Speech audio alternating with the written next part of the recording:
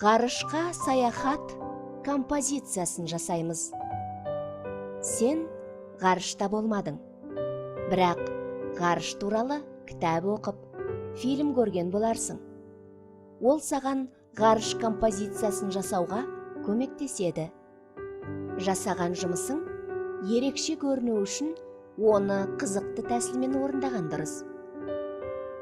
Ғарыш тақырыбына гратаж тәсілі лайық болуы мүмкін.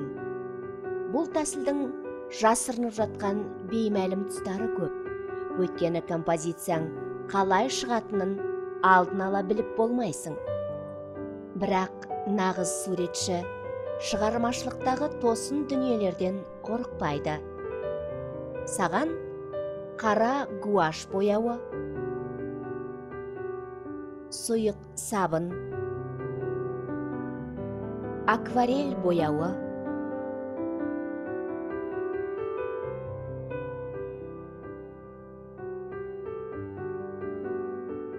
акварель бояуын жағатын қылғалам, гуаш бояуын жағатын басы жалпақ қылғалам, парафиннің бір кесегі, суретті тырнайтын ұшы үшкір құрал, яғни не кішкене пышақ, қалың ақ қағаз парағы керек. Жұмыстың жасалу реті. Бірінші, нені бейнелейтініңді шешіп ал. Ол өзге ғаламшардағы пейзаж, ғарыштан қарағандағы біздің ғаламшарымыздың көрінісі, ғарышкерлердің көкке ұшу сәті, өзге планеталықтармен кездесу кезі болуы керек. Екінші, өлшемі мен пішімін анықтап, композицияны ойластыр. Үшінші, композицияны қандай түстермен жасайтыныңды шеш. Ол суық және жылы түсті, жақын түс үйлесімі, қарама-қарсы, қанық және қанық емес түстер болуы мүмкін. Төртінші, қалың қағаз парағын ал. Акварель бояуына суды көбірек қоса отырып, палитрада керек түстерді шығарып ал.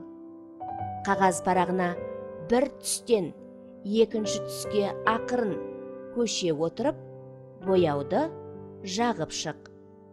Қағазды әбден кептір. Бояу кепкенше жасайтын жұмысыңның үлгісін дайындай беруіңе болады. Бесінші, қара түсті гуаш бояуына қол жуатын сұйық сабынның бірнеше тамшысын қосып, оны араластыр. Егер сұйық сабын болмаса, жәй сабынды жұқалап тіліп, қою қоспа болу үшін су құй.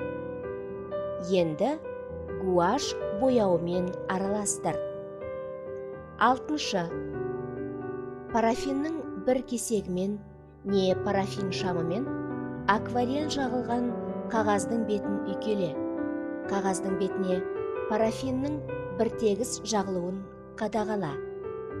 Жетінші, басы жалпақ қылғаламмен гуаш пен сабын қосылған қоспаны парафиннің бетіне ақырын жағып шық. Қылғаламды қатты үйкелеме, әйтпесе парафин қабатын бүлдіріп аласың. Одан кейін әбден кептір.